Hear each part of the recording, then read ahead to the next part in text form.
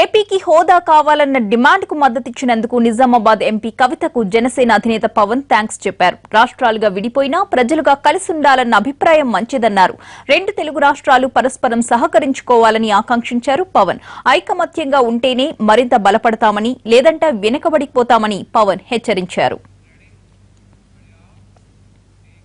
ఏపీకి హోదా కావాలన్న డిమాండ్ కు మద్దతిచ్చినందుకు నిజామాబాద్ ఎంపీ కవితకు జనసేన అధినేత పవన్ థాంక్స్ చెప్పారు. రాష్ట్రాలుగా విడిపోయినా ప్రజలుగా కలిసుండాలన్న అభిప్రాయం మంచిదన్నారు.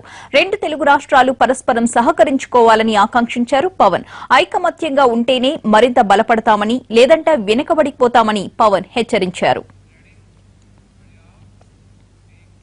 ఏపీకి హోదా కావాలన్న డిమాండ్ కు మద్దతిచ్చినందుకు నిజామాబాద్ ఎంపీ కవితకు జనసేన అధినేత పవన్ థాంక్స్ చెప్పారు. రాష్ట్రాలుగా విడిపోయినా ప్రజలుగా కలిసుండాలన్న అభిప్రాయం మంచిదన్నారు.